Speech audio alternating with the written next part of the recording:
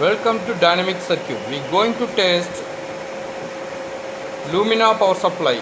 It's using for a medical. It's originally no power.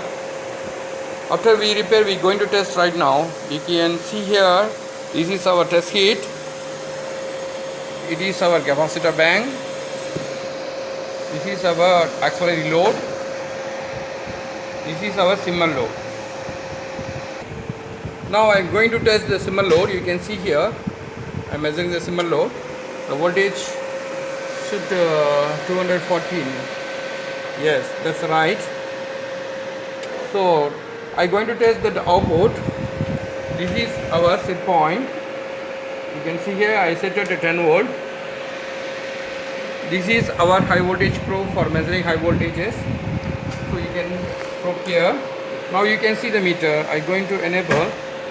This is our output meter. This is our output meter. So just to focus the output meter, you can see here 1700. It's a perfectly coming the output. So successfully we have repaired a lumina power supply. Please visit for your industrial repair solutions. Dynamic Circuit. Thank you very much for watching this video.